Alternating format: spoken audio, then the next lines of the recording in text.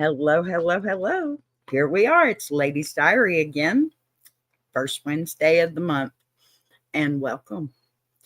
This is a place where we can take a breath, speak our truth, and sit with the kind of conversation we don't usually make time for.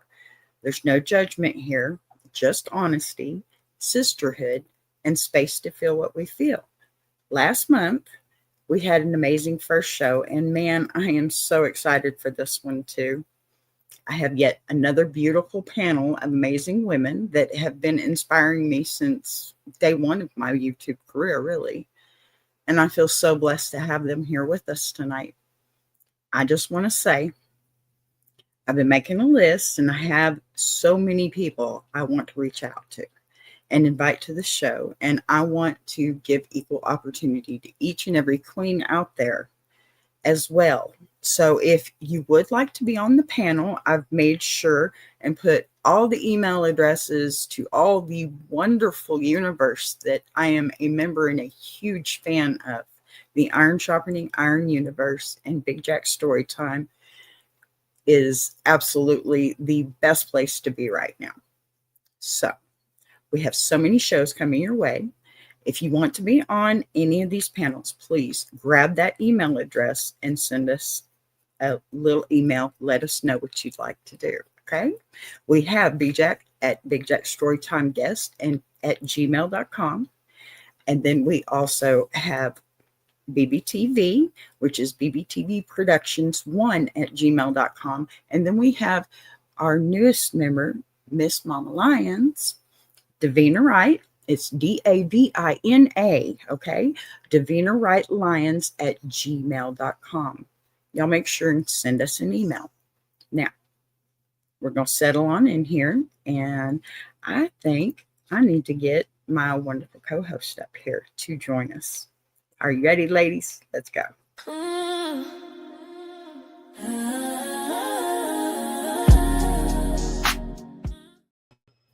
There she is.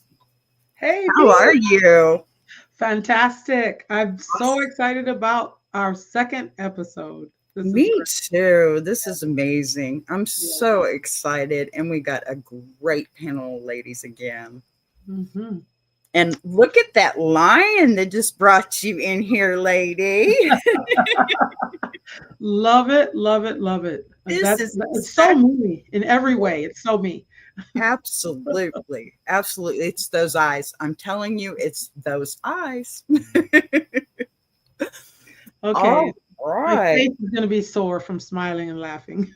Well, that happened last month. And guess what? It's okay. We're going to do it again. That's right. That's right. Let's do it.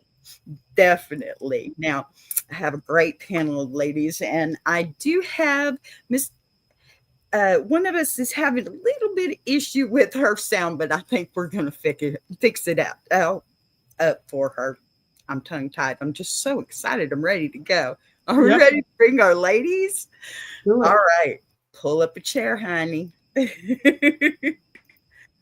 Hello. Oh, hello. How are you? I had to call my son and ask him how to do it, but now I know how to do it. Yay! All right. We got it all worked out.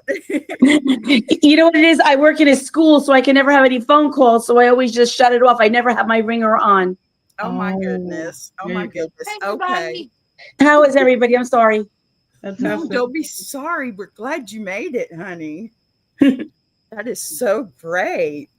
So here I have my beautiful panel of ladies. I'm so excited to have you here. I know I told you a little bit about the whole plan. We read letters. We discuss how we feel because we've all had these situations, one point or another, right? I believe we have a couple of different cancer awarenesses, and then we have diabetes and Alzheimer's, which I know there are a few of us that have had that experience personally.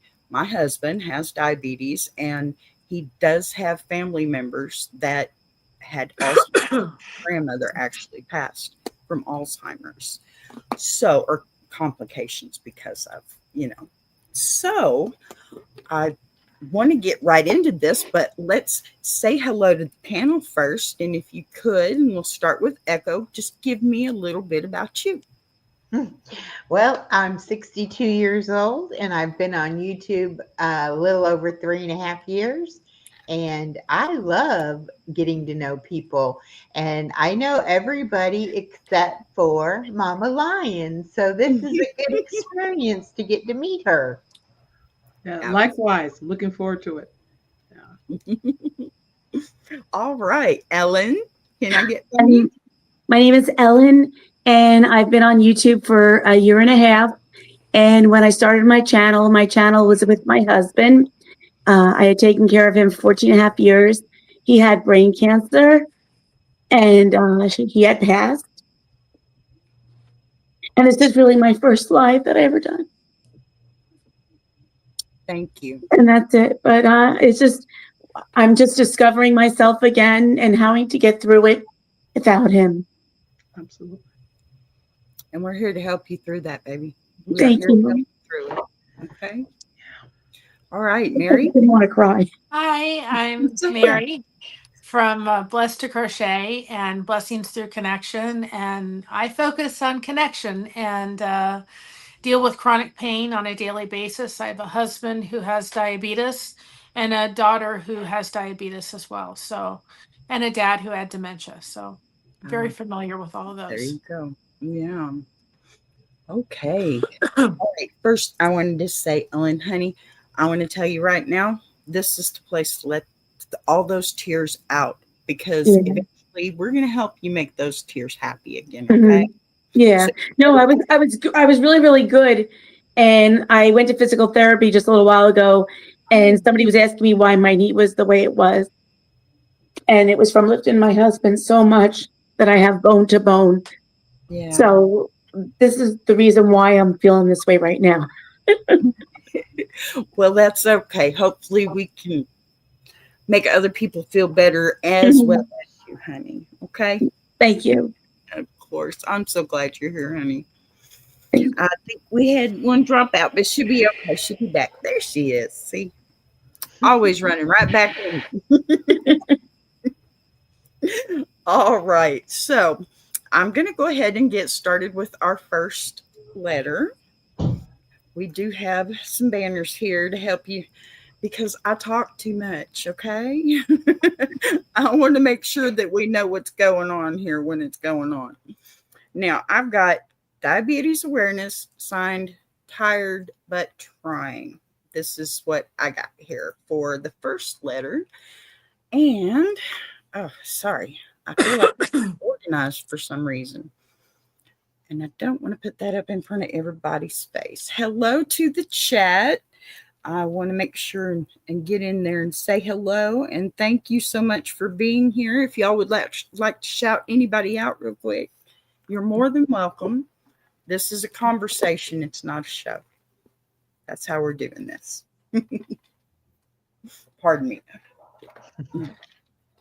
Got my water, Mama. I got my water too. Good. So do I. Hydrate. That's what Mama says. That's right. Hydrate.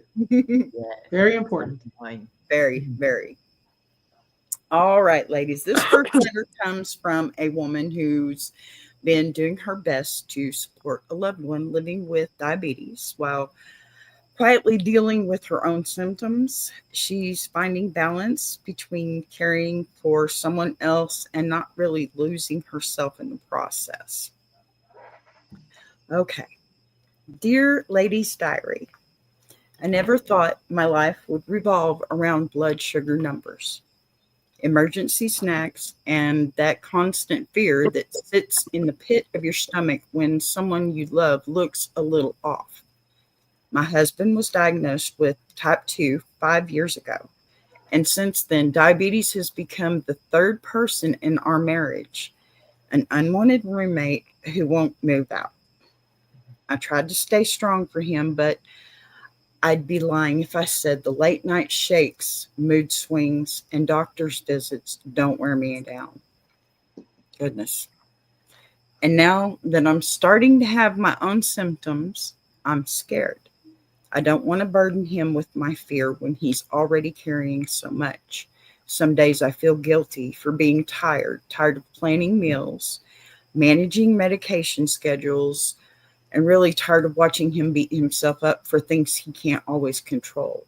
And I hate that part of me that wonders what our future will look like if both of us end up needing care. I love him truly, but I miss the simplicity of life before numbers ruled everything. Signed, Tired. And anybody can chime in whenever you're ready. This one's kind of rough because, my husband, he does have type 2. And I'll tell you, recently he had a heart attack because he was not taking care of his diabetes. And the heart attack caused the left ventricle to become blocked, the widowmaker. I've talked about this before, but not really to this extent. It was scary. It was so, so very scary. Mostly because we had a show very recent, right before that, of a lady and her husband, and the day after her husband had a heart attack and passed away. Mm-hmm. So of course it slapped me in the face big time. The thing about it is, though, is my husband could have prevented that heart attack. I could have prevented that heart attack if I had taken better care of him. So I see what this lady is feeling. I mean, I feel it deep in my bones, because what if? What if I wasn't here when this happened to him? What if? I'll What do just say that I've been diagnosed for 28 years. I'm sure I was diabetic well before I was ever diagnosed.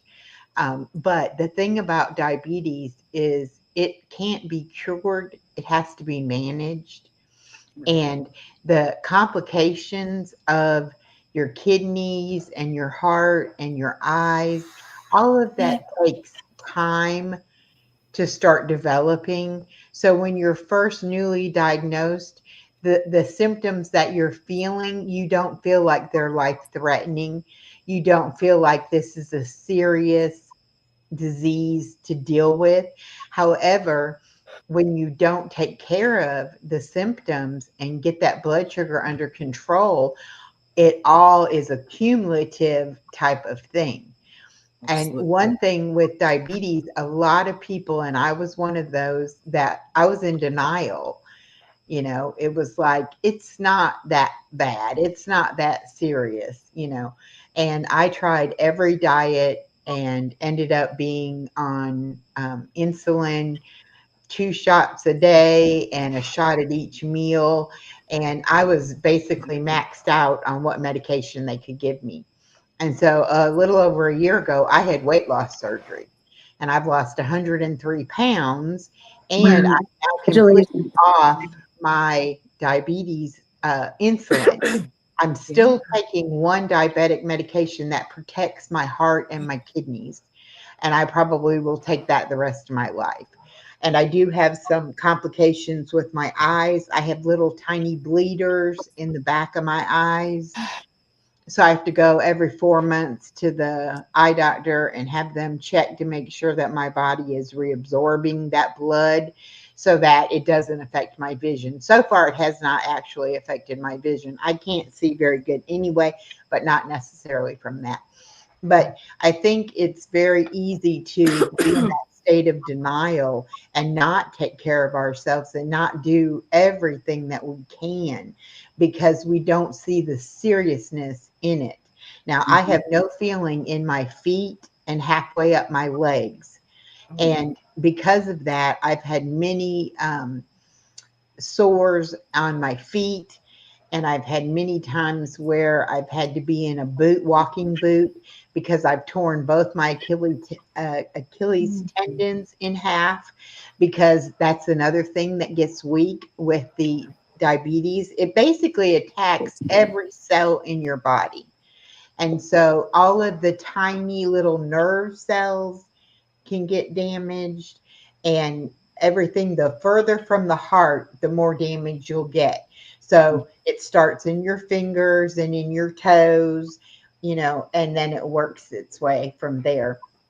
That nerve damage and that circulation problems, most of the time, that's not something you can repair, but you can learn how to live with it so that it doesn't make you immobile necessarily. But again, my doctor preached and preached and preached, don't go barefoot, take care of your feet, check your feet, all of that. And sure, yeah, I did. And then when I got my first sore on my foot, it wasn't until they said you could lose that foot that I started saying, oh, this could be serious. I need to pay attention to this, But to me, Right. it's very hard because it's not something normally that really shows on the outside. I mean, you have a broken arm, or something like that. People understand, okay, you're limited in what you can do because you have an injury or whatever. But with diabetes, it's not usually something that they really can see. And so they don't understand, and Yeah. fluctuation Absolutely. of blood sugar it can affect your mood. It can affect I would like just, be the ugliest person ever. If I didn't eat, if, my blood sugar dropped and I needed that sugar, I would be so ugly to people. And I didn't even know that was my blood sugar. I Yeah. just thought I was a little bit of a bee, As my daughter and my husband call it, angry. this is kind of like that angry. And I have a husband that got diabetes back in 2010. And then I had a daughter, of course, that is now grown, but she was experiencing some issues. And the doctor just said to me, she has a marker for it. It's not when, it's if. It's not if, it's when it's going to happen. Right. And we went to the doctor for some other reason. And he said, this could be just an issue with a diabetes issue. And he said, can we test her sugar? And I said, yeah, go ahead and test it. And he got done and she was 350. She was 13 years old. And he said, you need to get in your car and go right to the hospital. Yeah. And they checked her in. And I'll never forget going upstairs. And I said, okay, they come up with a diagnosis. And the nurse at 12 midnight said, yeah, she's a diabetic. And I felt so guilty as a mother. What did I do? And there wasn't anything that I did. It was something in that she was eventually going to get and have. And of course, she's autistic as well. And one thing that I want to make a point too of saying is be very careful, because we were looking for thirsty. They're thirsty all the time. And actually, she was hungry all the time. And that is also another sign of a diabetic. Now my husband forwarded that on. My daughter lives with it. It's managed, but my husband he has insulin resistant, and he's on very high concentrated insulin. He's on the Omnipod, which delivers his insulin into his body all the time, and he's on a Dexcom. So in the middle of the night, I know exactly what she's talking about. In the middle of the night, if that Dexcom alarm goes off and makes a noise, I'm awake.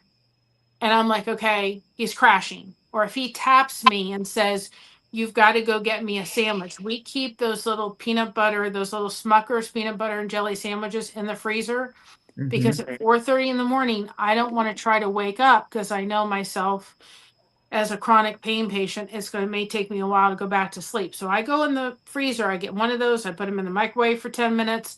We have juice ready to go, and I give him peanut butter and jelly sandwich with the Smucker's Uncrustables and a juice to get his sugar back up. Because when he starts crashing, he crashes very quickly. So have snacks by the bed.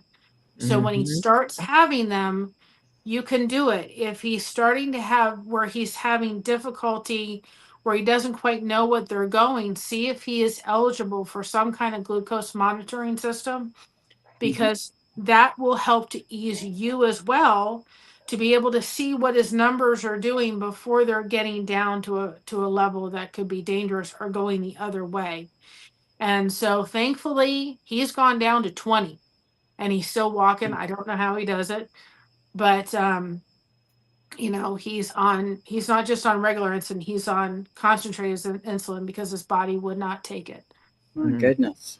Wow. Well, the sensor thing, I still wear my sensor on my arm, and I have an app on my phone that tells me what my number is. And I have an alarm set on it where if it gets too low or if it gets too high, it'll alert me. And I probably will wear that most of my life, even though now my numbers are really good, but you never know when it's going to happen. And you can't rely on how you feel. I used to have to prick my finger to check my sugar. And half the time I would think I would be low and I was actually high. And there were times when I was thinking, oh, I must be high this time. I would be really low. So you might treat yourself wrong based on how you think you're feeling without actually checking those numbers. And Mary brings up a good point. Every time I've been hospitalized, they always give you a bedtime snack, which is usually milk and like half of maybe a tuna salad sandwich or a turkey sandwich or something like that. And I always thought, well, this is so weird. Why are they giving you that, before you go to bed? But it helps because naturally your blood sugar dips at night. And so this will kind of counteract that. But if you're not used to doing that, you could go too low at night while you're sleeping, and it might wake you up and it might not wake you up. So, that's one of those things that you have to really, and another thing, your sugar can skyrocket first thing in the morning without you having eaten anything. And a lot of people are under the impression that the sugar is based on what you eat. Right. There are so many other factors, stress, whether you're dehydrated, if you have any kind of an infection. I mean, there are so many things that can contribute to those higher numbers. And people think, well, I saw you eat some sugar. That's probably why you have blood sugar. It's not just what you eat. It's so many other things. And that's hard for other people to understand. Well, and we found out better that if we had those Uncrustable sandwiches, even if you make your own, but if you had them, it was better for him to have that because he was getting carbs, he was getting protein, he was getting sugar, which stabilized it instead of just throwing a cookie at him or something like that.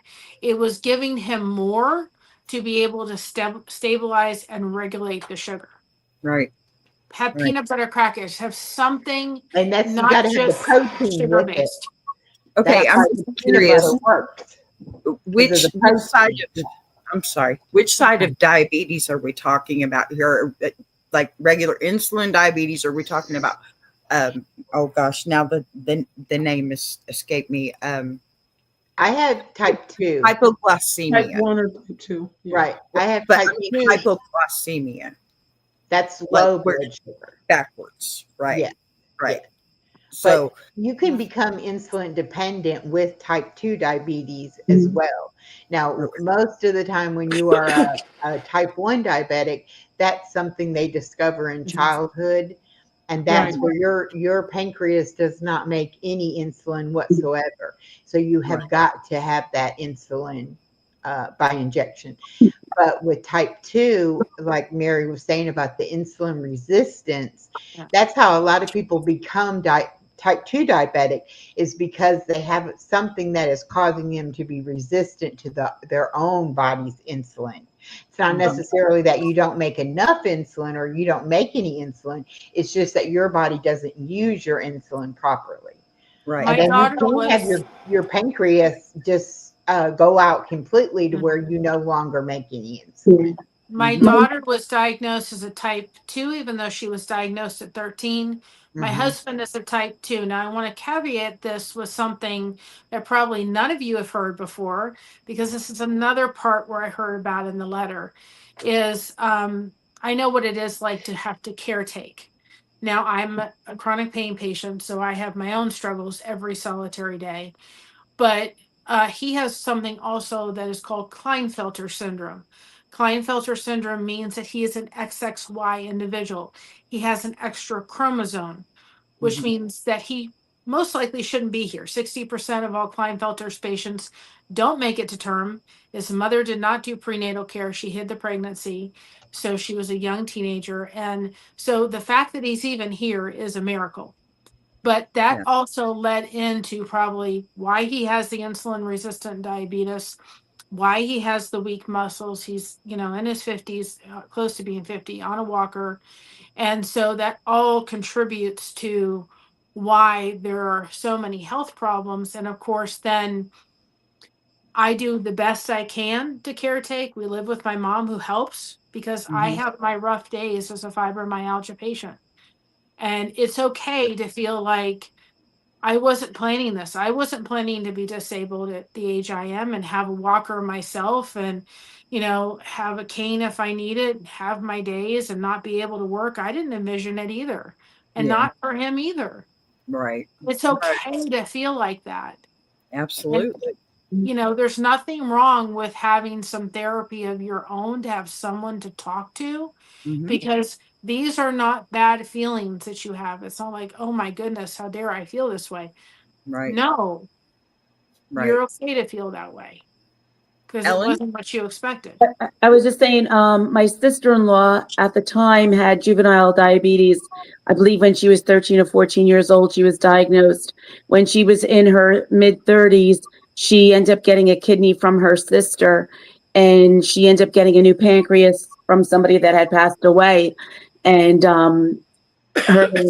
this was from her sister. Her sister had a daughter. She was going to give her a kidney because her kidney was going. But what ended up happening was there was a tumor in her first pancreas, so they wouldn't do the surgery. And she had to go back on dialysis, and she didn't want that. She was done. And but she went through a lot, but she was really a warrior to the end, Yeah. Wow. with that. But also when you're talking about the person is saying the person that you married is not the same. No, they're not. No. And that is from the past. That'll never come back. And I just know with Steve, he had frontal lobe issues. So like he would say things that were inappropriate. People would stare at him and I would have to explain things. I would be in public and he could be that he could have called me an effing bitch right in front of the supermarket. And I didn't see somebody in 30 years and having to explain to everybody, that he is sick and tell him to get in the car right now. So, I mean, I understand it, but even with all that negativity and everything that I went through, I would have done it again. Yeah. Because I love him. Ellen, honey. I can certainly relate. My mother also was unfortunately complications of diabetes is on her death certificate, and I didn't realize how she was being impacted because my mom had complained of diabetic neuropathy for years. Her legs bothered her. She was always complaining of pain, but she also ate everything she wanted to eat. Yeah. And also played, grandmother. I call it playing Russian roulette with the medication because that's what she was doing. But she passed last year, January 4th, and just right before her 80th birthday. And the thing that I remember most about all of this is that her complaining about her pain for so long and learning to live with it. But in the end, it was a real wake-up call for me because I felt like, there was nothing I could do for her, absolutely nothing. And when I say I relate, Ellen, her maybe last couple of years, she's pretty hard to get along with, really, really hard to get along with. And I know a lot of it had to do with the pain. The pain was just, there was no, and she'd say, I want to eat what I want to eat. I'm going to die anyway. I want to eat what I want to eat. And she'd have her candy and she'd have different things, but then she'd prick her finger. She'd do she had like a system. But the thing that took my mom out is the fact that she fell living alone and was on the floor outside on the patio overnight in January. Well, actually it was December. I'm sorry. She passed in January, but it was in December. So it was very cold. And so when I think about that, and I think the thing that people, our listeners especially, will probably get from this, hopefully, I'm always the one to point out the lemonade, right? So Mhm. there's lemons. We're going to talk a lot about things Mhm. obviously that are sour, that are lemons. But when I think about the positive side of this, is it has to be the education.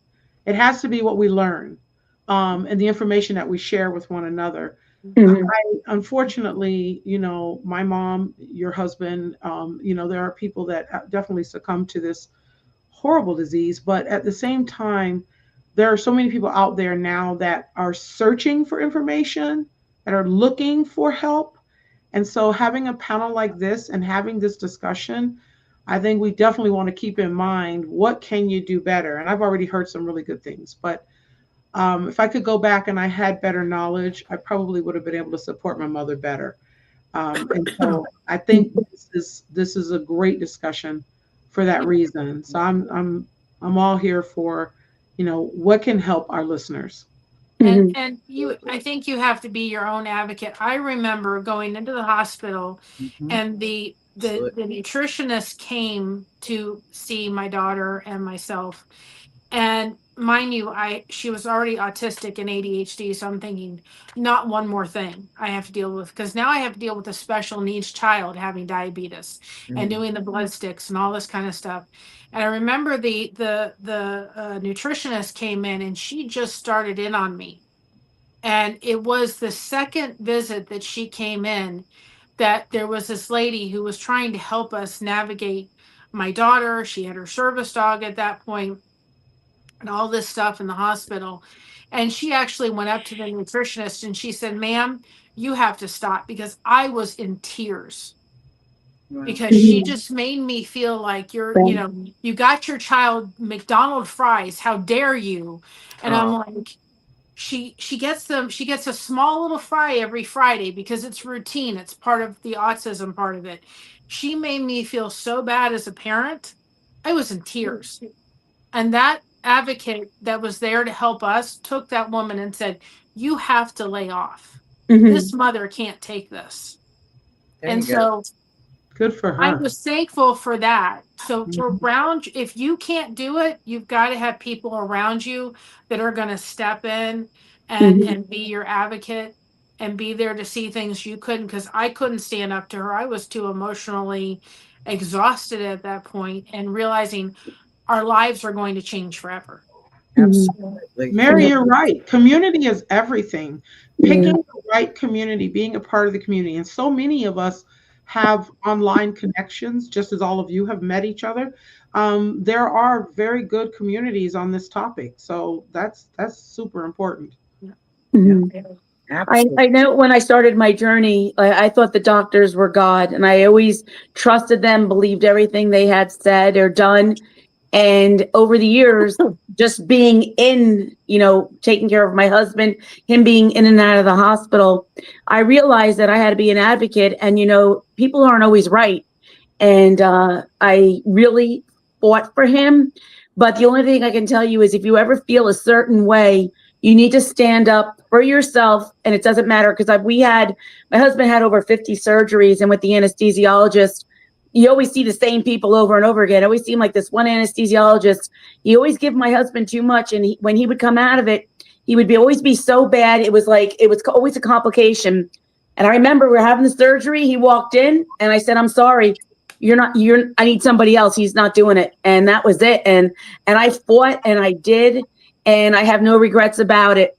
I have no regrets. I stood up for my husband, and I took care of him.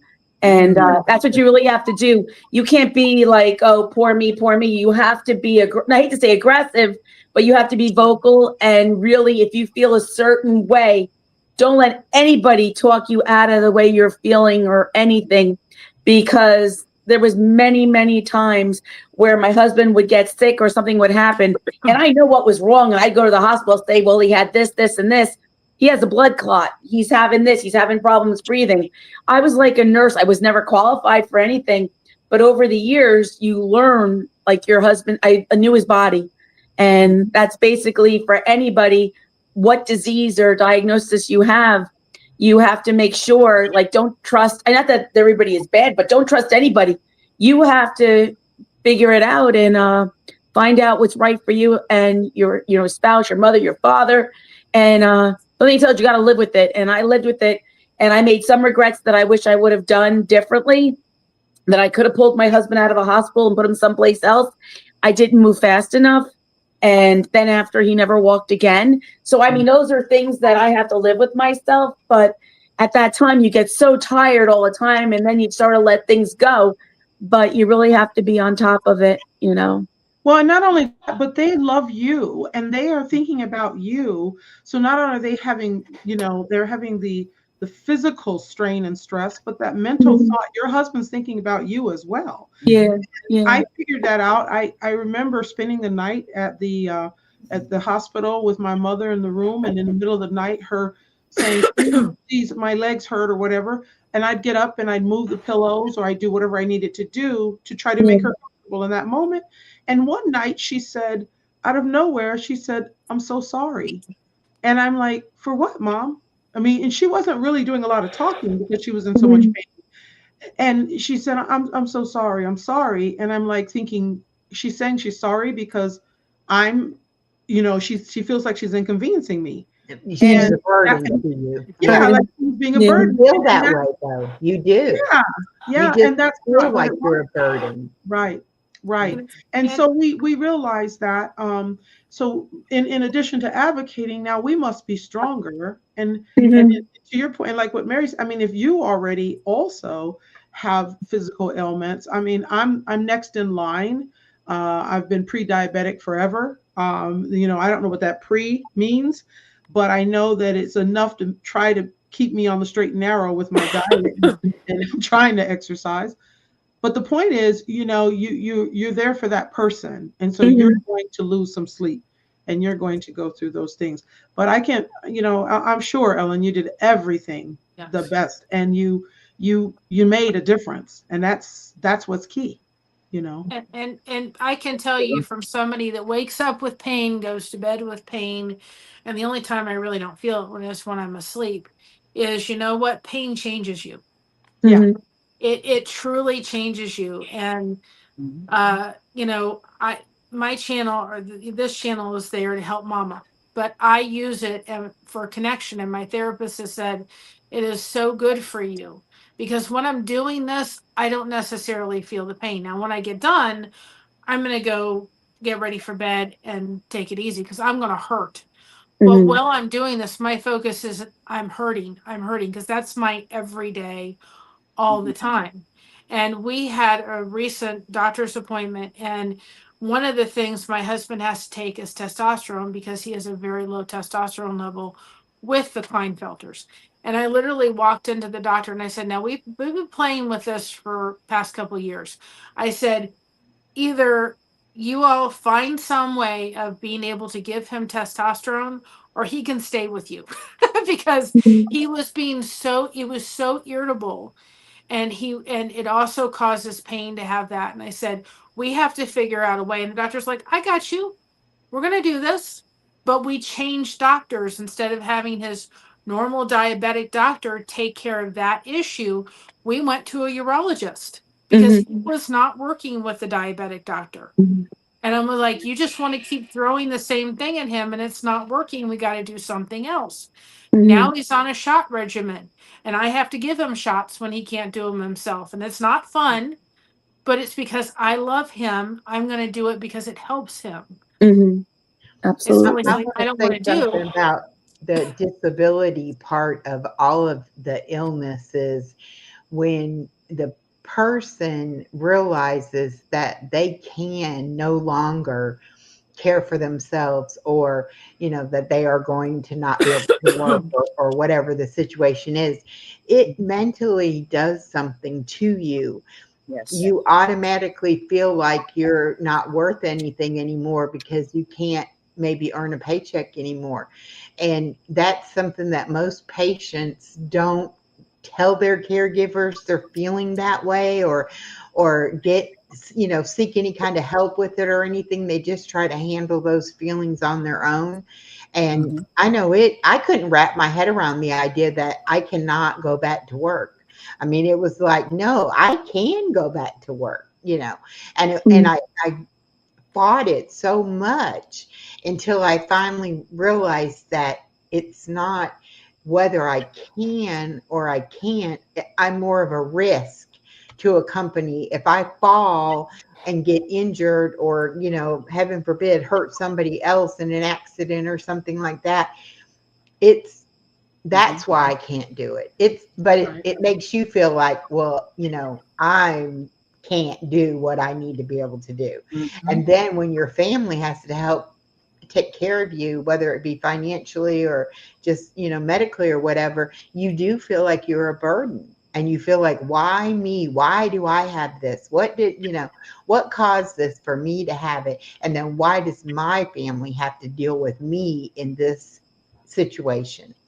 Right. And that depression is so easy to just sink into that depression. Like, there's no hope. There's nothing that's going to change. And I'm living proof you can change things, but you can't let the doctor continually throw more medication at you and just say, you have this wrong, you have that wrong, you have that wrong. So you got to take all these medicines.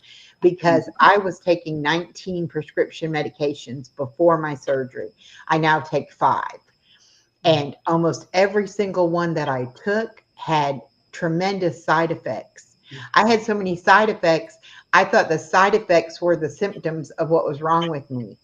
And when I got off the medication and found out that that wasn't even part of it, that was all just side effects to medication.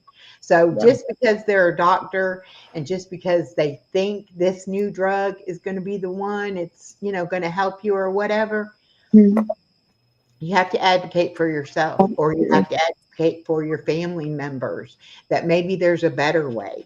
I mean, I don't feel like I should have had to say to my doctor when she tells me I'm maxed out on medication, I don't think I should have said, well, you think, weight loss surgery would help me. I think the doctor should have been bringing that to me and saying, you are maxed out. And if we could, change some things, it would help you, and encourage me to do that, instead of me saying, am I too old to do this? Can I even do this at my age? And when I met my bariatric surgeon, he was like, I operate on people up until 74. He said, I don't know what it is, but in my career, I've just made that my cutoff. That as long as they're under 74, I will, do the surgery for them. But there's so much mental to that surgery. The surgery is one little part of it. It's all the mental part of you deciding to change your life. Echo, you are bringing the lemonade, lady. You are bringing the lemonade. I walked with the rollator walker. I fell all the time. My shins are completely scarred up from how many times I was face down in the concrete. I had no energy whatsoever. I had sleep apnea. I couldn't get rest because I couldn't breathe. I would try to carry groceries in from the right there in the parking lot in front of my apartment. I would get in.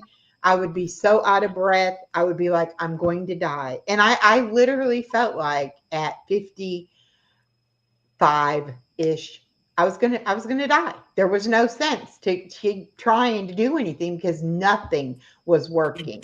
And everything was making me feel worse and making me feel like I just needed to stop doing everything. And then my daughter announced that she was having my grandchild. And I said, wait a minute. I am going to be here for that grandchild. And my grandchild is now 4 years old. I provided her daycare for her from day one. And I have completely changed my entire life. Now I can go to the playground with her and swing on the swing and go down the slide and, do whatever she wants. For Halloween, I actually that is with some her the whole neighborhood. And I haven't been able to do that for a long One of time. these days. Yes. One of I'm these telling days. you, grandchildren change your life. They They do. literally change your Yes. life. Absolutely. Yes, Oh, my granddaughter just turned 3, Echo, and I can't agree more. And you are absolutely right in that I had a renewed sense of purpose when she mhm. was born. It changed something, Yes. within me. Yes. And I just, Boss B, when did I turn 61? Yesterday or day before? The Day 3rd. before. Happy birthday. Yeah, I Day just before. turned 61. And I mean, my granddaughter is like everything to me. Like I just, Mhm. it's like a renewed sense of purpose for And It sure. and is. I It I is. thought I loved my daughter with all that I had. I didn't think I could love her anymore. And Right. then she has my granddaughter, and not only do I love her more for giving me the granddaughter, but it's like I have a whole new heart just for that Yeah. granddaughter. And Absolutely. when you're Oh a my parent, gosh. you have to worry about providing for them and discipline and all that stuff. And so you don't enjoy their childhood. You really don't, because you're so worried Right. about every little thing. But when you're the grandparent, hopefully you've raised your child well enough that they're going to be doing all that worrying. And all you have to do is have all the good times and have all the love and, just be there to support them. And my daughter says all the time, "You didn't do that with me when I was little. You wouldn't let me get away with that. And she always says, Granny needs to learn how to say no. And I'm like, yeah, but I can do more now because I'm not worrying about going to No, work and, no. you know, making You sure. say I do want her to be disciplined though. I want to, you her to be a good girl. tell them flat out, I know how to say no. I choose not Not to. to. Plain and And simple. I'm going to be honest. I she have a was with 4-year-old, me. or She was with almost me, 4. up until she started pre-K this year. She was Mhm. excited to go to pre-K because there would be friends because she's an only child. Yeah. Mhm. And she went 2 days and she Yeah. told my daughter, she said, I'm done now with that school. And my daughter said, no, you got to keep going. She said, no, I'll go to my granny's. And my daughter Oh, had to explain to her that your Oh, days of going to granny's, you're still granny, beautiful. but you have to go to school every day. And it took her about a week for her to realize, oh, they do different things. And, Ah, she gets to know different kids and things like that. So now she's okay with it. But when I go pick her up after school some days, she'll be standing there with this frown on her face. Like she's just devastatedly sad. Mhm. I'll get out of the car and I'll be like, come on. And she just lights up and runs to me. And it's like, that's what it is. It's that bond that we have. She It knows when is. she's with me, it's different than when she's not with me. It And it is. changed my whole life. It really Oh, did. it absolutely does. And every step of the way, I know I had just about the same situation, but my son and daughter-in-law, they've decided they want to start purchasing a house. So they've taken her out of the daycare that they had her in to save a little bit more money because it was pretty expensive. And they Mhm. decided, now my granddaughter calls me Llama. That's a long story. But my granddaughter calls me Llama, and now she comes to Llama school, and we do crafts and we do learning, and I've started making her videos of her own and everything. So I get it, Echo. Oh my gosh, this is And the most my wonderful my thing to daughter is a do that, school teacher. right? So she thought for like a day or two, I need to put her in like a 3-year-old preschool. Yeah. And I was like, yeah, okay. I agree. She needs to be mhm. socialized. No, She you needs to don't. be with other kids. And my daughter said, yeah, but you'll teach her everything she needs to know, won't you? And I'm like, well, yeah, of course I will. So when she started pre-K, she's already like done with pre-K. She knows everything she was supposed to learn in that pre-K. So now Yeah. she thinks she's the She teacher loves it. to teach the other kids. Like, you don't know that? I will teach you. I will tell you that. But And the whole time I was teaching her stuff, she acted like she wasn't getting it. Like I'd say, tell mommy whatever. And she'd be like, I don't know what you're talking about. Oh my Then God. when she, now it's like she wants us to know what she knows. And There she'll you just go. be rattling it off, and you're like, and here you made me think I was wasting my time, doing Crazy all that kid. bullshit. But Oh my no. And, you goodness. know, I'm a mother of a special needs child, and I thought, I don't think she's ever going to get married. I remember in the bathroom crying because I thought I'd see other people and other, mothers and their daughters would get married, and I thought, this is never going to happen. It's just never going to happen. And it did. She got married to a wonderful man, and she was a beautiful bride, and I got to experience that. She's my only child. But one of these days, when they do start a family, she is also now a diabetic. So it adds a layer of worry to me whenever that does happen. Right. That, are you taking your blood sugar, and are you doing this, and so forth? And, you know, she's already said when that does happen, she said they'll probably put one of those monitors on me just to monitor what her blood sugar is, because she doesn't need that right now. Yeah. But, that'll be a worry down the road whenever that does happen. But, Right.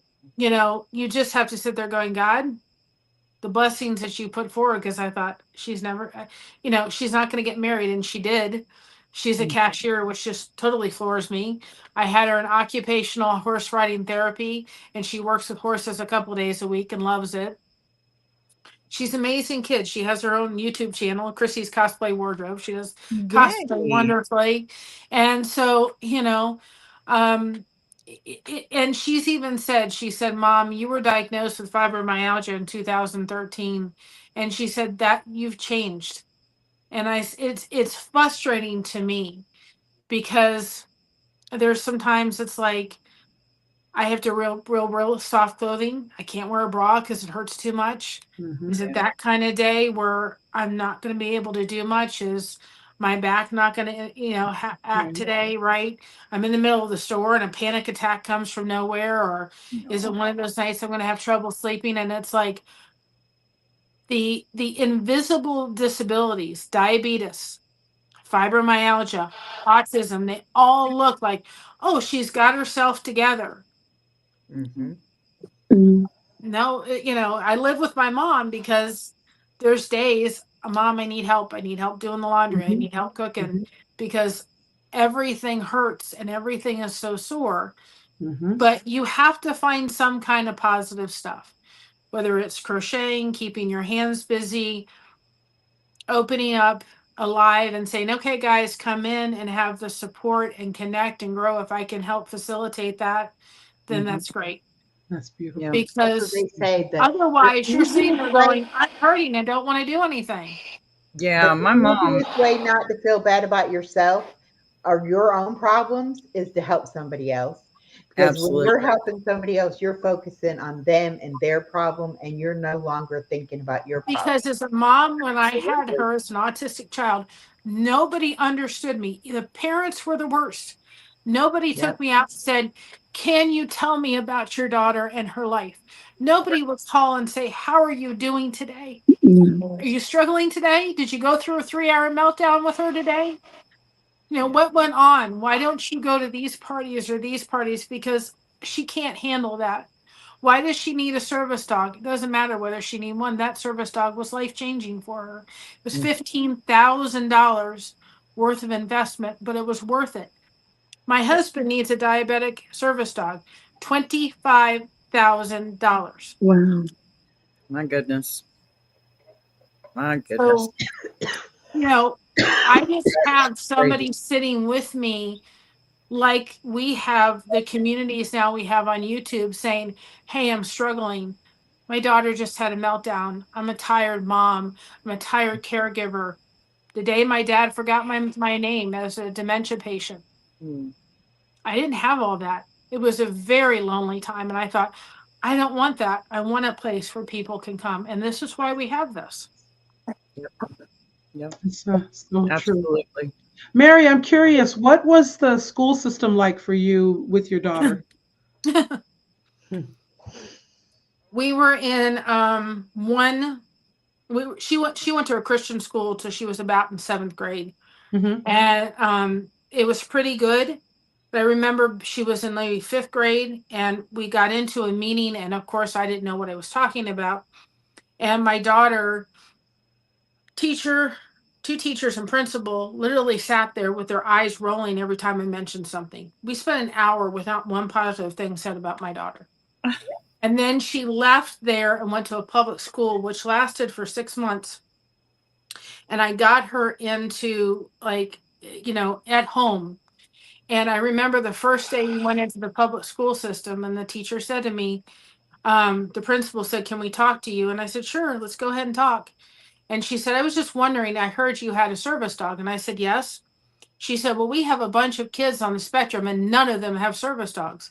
I looked straight at her. I said, "Ma'am, I don't care whether one or all of them have it. If that benefits my daughter, she got it. If you have a problem with it, I'm very sorry." My hope was she was going to eventually be able to take the dog in school with her, which didn't need to happen. We then took her and homeschooled her for about a year and a half at home through Connections Academy. And then she went to a very small private school that was meant for autistic and ADHD children. And that was the best high school. It was Center Academy. It was amazing. There was like 88 kids in the school. She flourished there.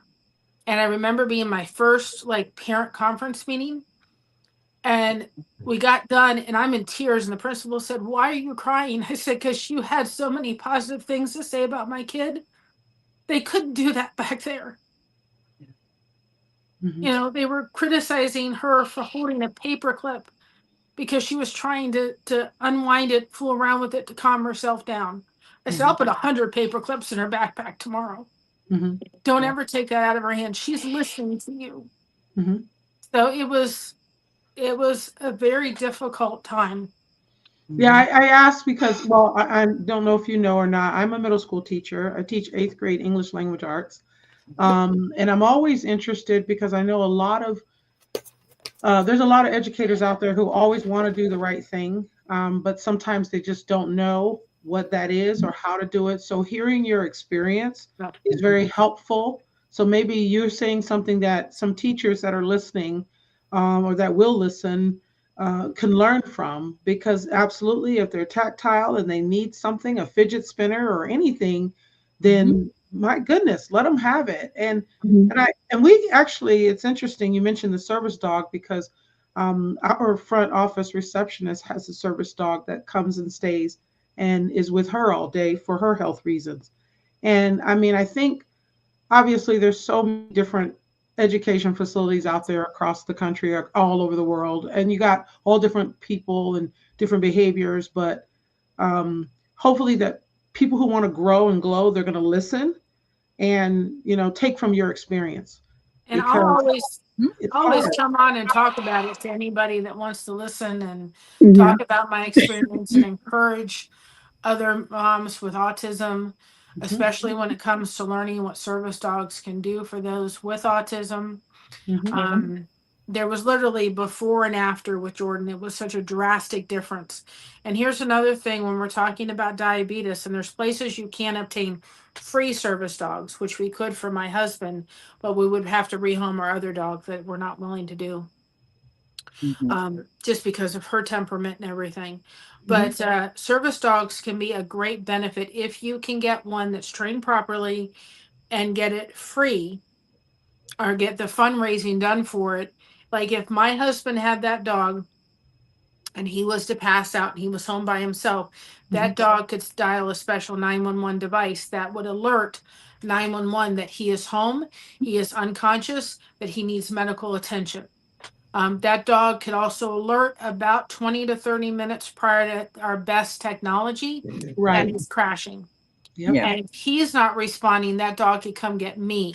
So if a dog ever comes up to you that has a service vest on and they're coming to you and there's no owner, there's a very good reason why. Mhm. And Yeah. with Christina, it helped her sleep. It helped her let me know she was going into an autistic meltdown. And even though Jordan was never trained as a diabetic service dog, there were several times where he actually alerted to her that there was a problem. Mm. Mhm. He was restless one night and she just didn't understand why. And she looked at him and said, "Do I need to test?" And he just sat on the bed. He wasn't going anywhere. She tested and she was 70. Wow. Mhm. He was never trained for it. And he did it to my husband too. He would just sit up and bark. And then once she pulled out her tester and he tested, he was fine. He went back to sleep. Like, okay, now you've corrected the issue. But these dogs for autistic and diabetic dogs can be life changing for the individual. Yes. Absolutely. When did your daughter go to school? What years was that? It was back in I have to I have to remember. Oh goodness gracious. What year did she graduate? Usually we can remember the Well, graduation. she graduated in 2018. Okay. And one thing about the fact that was good that she was actually at home through like middle school online was Mhm. that she had gotten diagnosed with diabetes. So we were able to help Mhm. and she was actually able to be home. Yeah. Well, we kind of situated that. But that was 2013 Okay. and then she was 2012 when they suggested that she go and try to do it Yeah. homeschool. Because I said to the vice principal, I said, can you just do me a favor? I said, can you take my daughter out of the lunchroom and put her in a quiet room and have her eat lunch and see what she does the rest of the Yeah. afternoon? Oh, she's just fine. She's making friends. Mhm. No, the I reason said, why I "It's ask is not." because I'm an Yep. aide in this school and I've been doing it for 22 years. No, more than that. Yeah, about 24 years. So that's why. So when I go back and I remember 24 years ago and what they did and what they do now, I actually work for lunch. I go to a room for some kids if they need it to have a quiet space and eat their lunch. It's totally different from when it was back then and how it is today. So that's why I was just wondering. I wanted her to do the experiment. Take her, put Yeah, her in a yeah. quiet room for You're a week, very, very smart and you fought for see your what the daughter and difference. that's good. And she refused. She said she's making friends, she's talking, she's doing just fine. I said, "Can I come and witness it?" She goes, "No." That's terrible. See, I There's would different laws now, different immediately. laws. Because you can, go after the It's not board. fun. If Ellen's they, right. If a parent goes to the school board, that changes everything. and I see that more and more things going, people going after the board. I mean, like you have to do everything. And Yeah.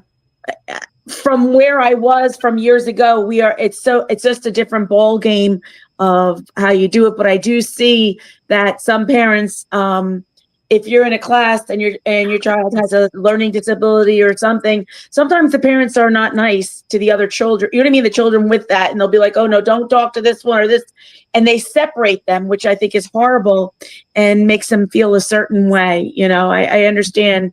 I can't even imagine what you went through, but I can imagine, She I didn't get get it. invited to birthday parties because they all knew something was different. Absolutely. Absolutely. I And get she it. is an amazing, amazing, uh, you know, um, young lady. She's a wife, and which I never thought was going to happen. And Hmm. she's awesome. That's And awesome. Yeah. I love her the way, just exactly the way she is. But it wasn't easy. It was a very, very difficult road. And so my heart goes out to mothers and people that are special needs. And I thought Hmm. I was on that couch by myself. And if you have to come into my chat when I'm live and just put the phone down and hear a voice and know you're not by yourself, I got it. And I Hmm. have met so many wonderful people. One of the people I've met on here is a dear friend of mine. I have never met. I met her through YouTube. She lives in Texas. She has an autistic son. I consider her a sister. He's like a nephew. They call me Aunt Mary. Hmm. But she can call me anytime and any day, anytime, day or night, and say she's having an issue or this is happening, and I get it because I've been there.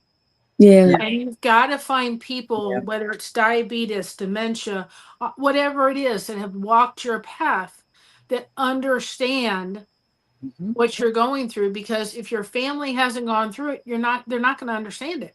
Yeah. Absolutely. That's right. That's And they right. Absolutely. might have resources to help you.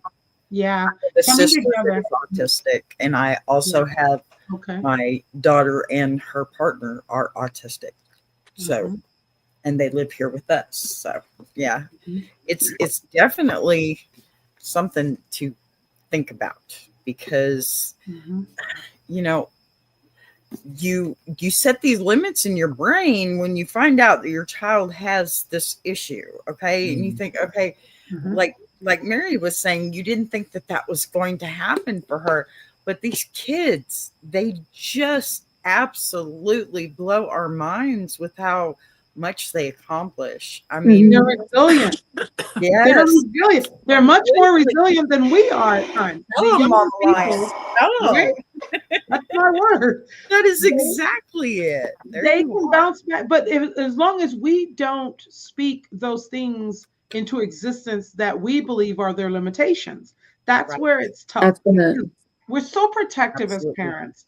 My son, ADHD from kindergarten all the way up, so Mhm. many IEP meetings, so many. And then I was also an educator. But I always told him, you have choices. You can make the decisions, make good ones. And Yeah. I constantly had to remind him of that. But I see children all the time now, even as a teacher, where they're told you have ADHD, so you can't help yourself. Yes. Mhm. And that's not true. That's not No, true. It's it's not. disempowering, you know. Mhm. So Absolutely. I love what you're saying. And your daughter, Mary, she's a testament to what you can do, right? Amen. I always tell her that. If Absolutely. I had to cry because I thought she'd never get married, and then of course, Right. it was Mhm. always done behind the door because I Right. always said to her, "You can accomplish anything you want to accomplish." Right. Mhm. Now I had to set I had to set different boundaries, which my son-in-law was raised with three other brothers and Mhm. doesn't quite understand the boundaries I had to put in place, but I had to do that because she needed that. She Yeah. wasn't ready to drive at 16. She didn't drive till she was 21 years old. Right. Mhm. And there were different things put in place because of who she was, but Mhm. she still has just flourished, and Yeah. it was an amazing thing to see.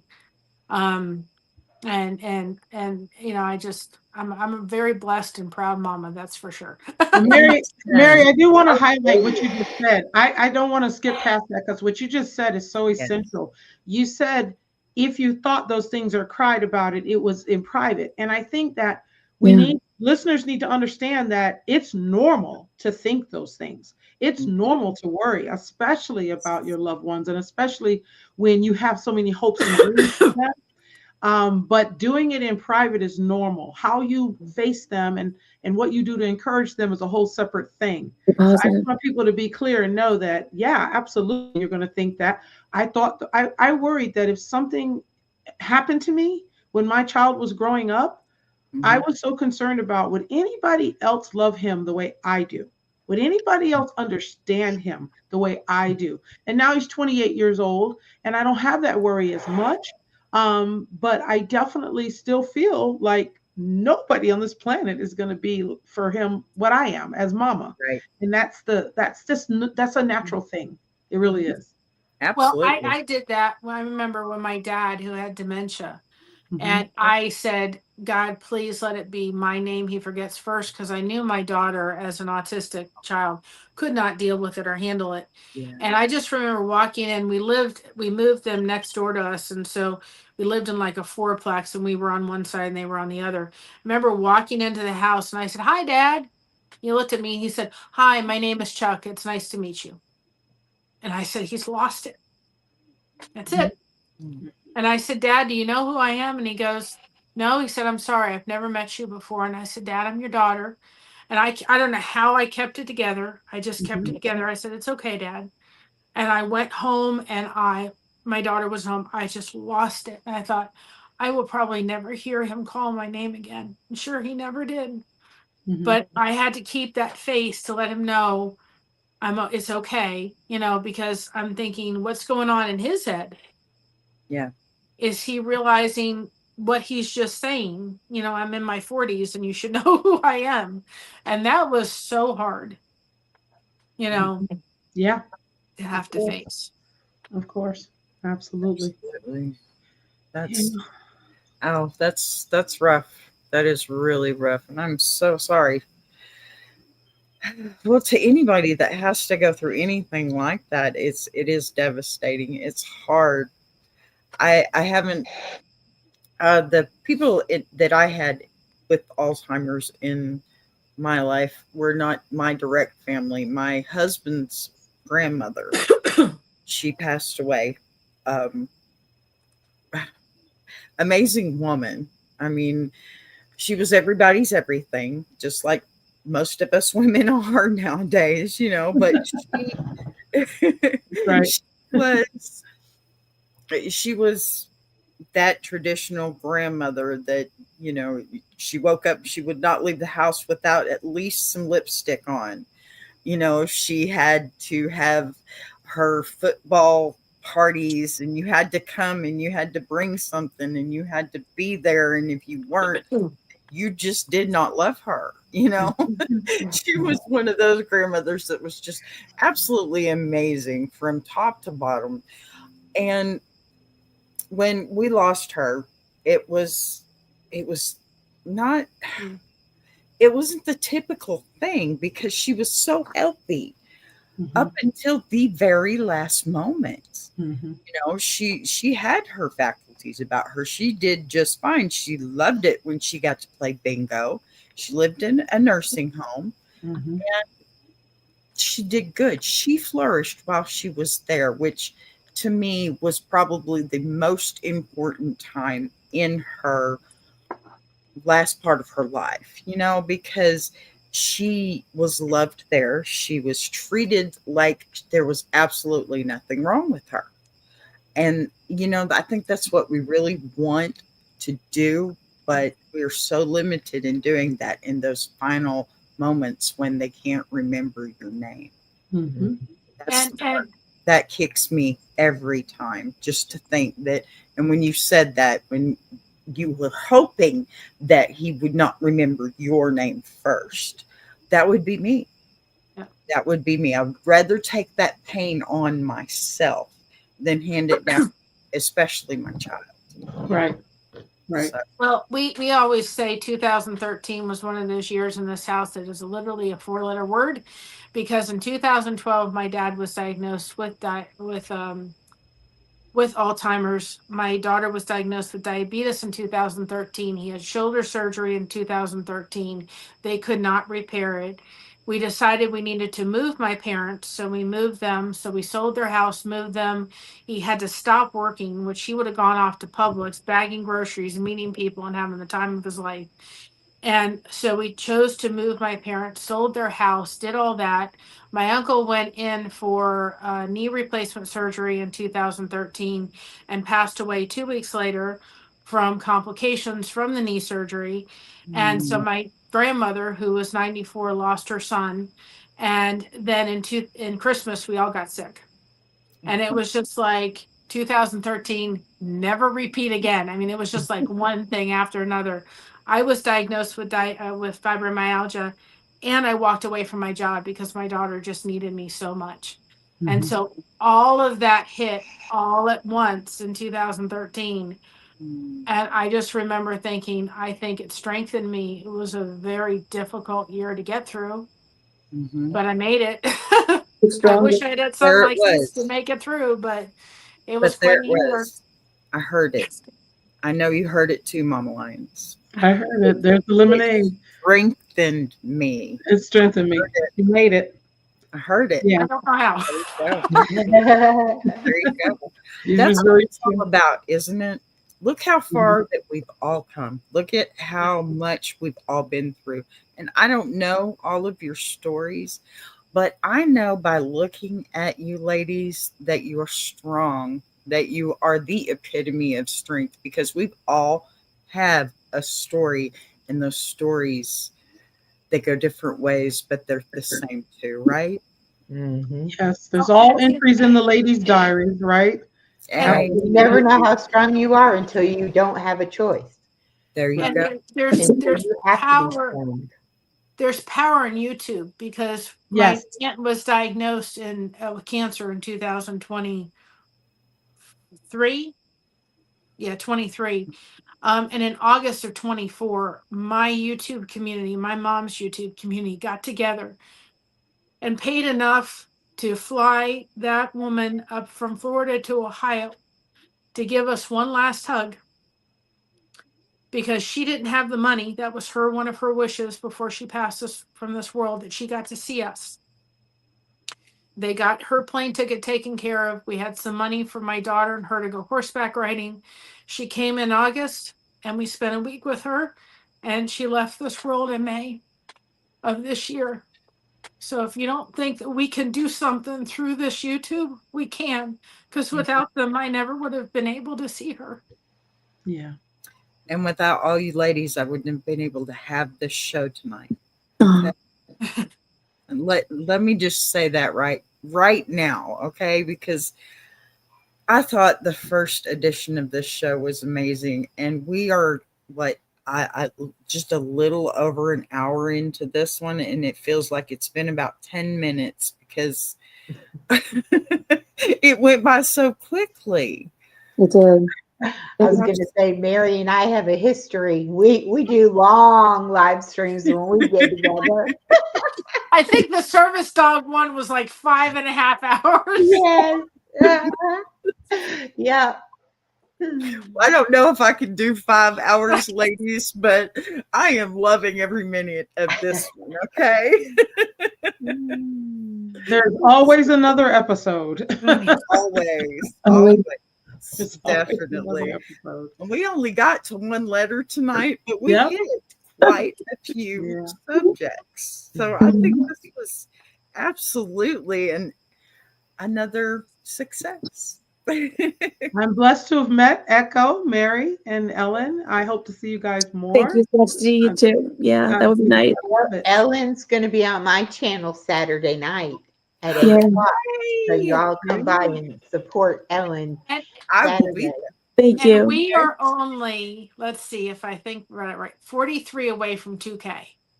Wow. Are you If serious? anyone can help us get there, I do this channel because the revenue goes to Mama so that she Yeah. gets extra benefits. I just need the connection, and I said that today to Can I Mama. ask one question? We're so close.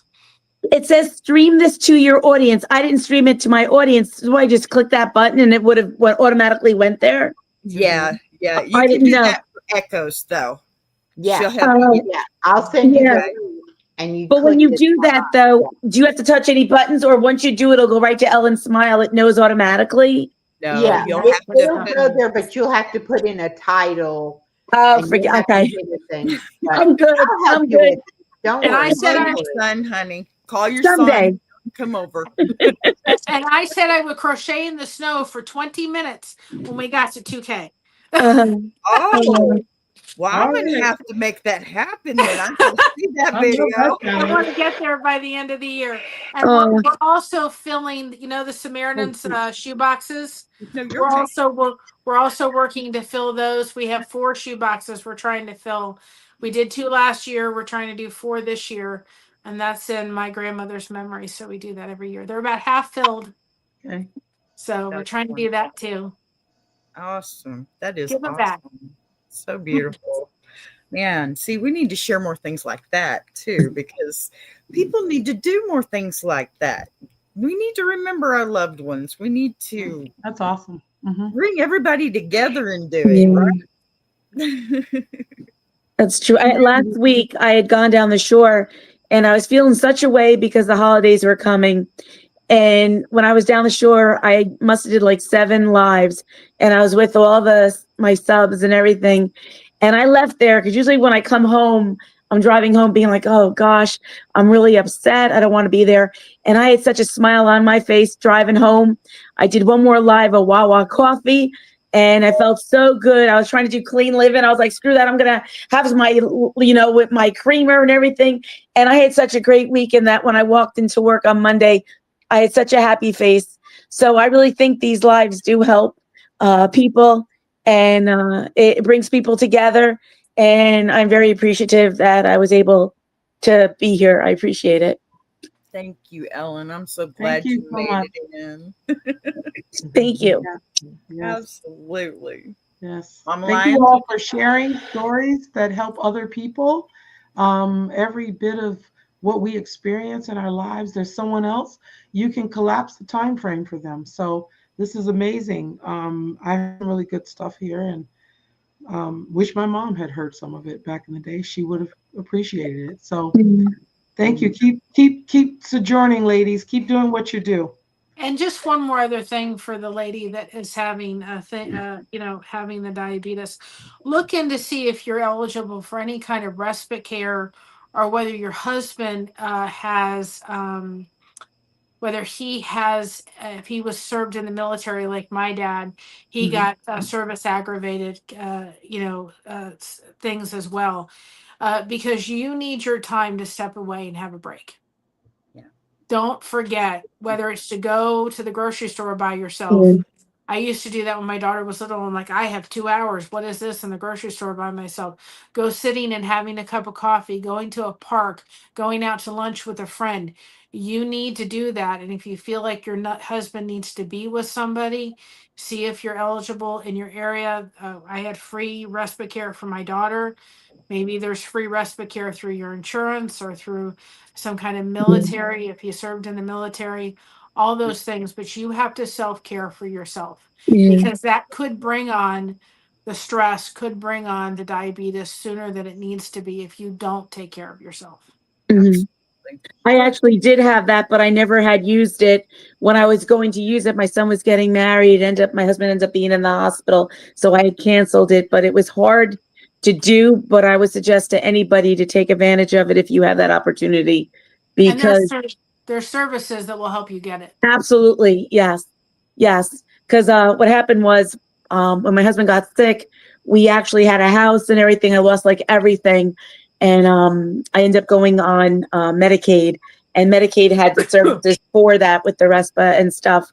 But I ended up getting an elevator lift, fighting it for over 3 years, and he only used it 5 times. He couldn't even use it. So there's a lot of things that had happened that you fight for, that that it is what it is. But if there are services, you really have to investigate. Maybe hospitals will tell you if your husband's in the hospital or your family member is in the hospital. You can always go to the towns and find out if there is help. And anything that, we had something had broke in, I had to get bars for the bathroom, and somebody came in and put them up for free. And they do there's a lot of services, but you have to really just look for it and ask a lot of questions. And it helps, don't leave it like this, because if you're going to leave it like this, no one's going to ask for you. No one's going to tell you nothing unless you know that you can talk to someone who's going through that already. But there are things that you can do, Absolutely. That's good. Good stuff. Good stuff, ladies. Very good stuff. Absolutely. That was wonderful. Thank you so much, ladies, for being here, for sharing your stories with us, pulling the chair up and just having a conversation. These were pretty heavy stories, but tonight we didn't carry them alone. Okay. No, not at all. Absolutely not. It was great to share. It released from me. There you go. And that's what this is for, honey. That's exactly what this is for. What I want you here for. We need, us ladies, we need to uplift other ladies. Absolutely. We need to remember that we are the queens of this world, and behind every good man is a beautiful queen, right? That's right. Now I want to ask you, if you will, just hang back for a few minutes. Let's talk just a few minutes more when we get off of here. Let me sign off of here first, though. Okay. Thank you again. Thank you to the chat, everybody. Anybody want to say hello to anybody before we go? The source is here. Virtual hugs. Yes. Lots of them. Yeah, that's it. There you go. All right. Take care of yourselves tonight, and we'll meet back here next month, same time, same table, same beautiful queen sisterhood. Okay. Love you all. Thank you all. Have a good evening.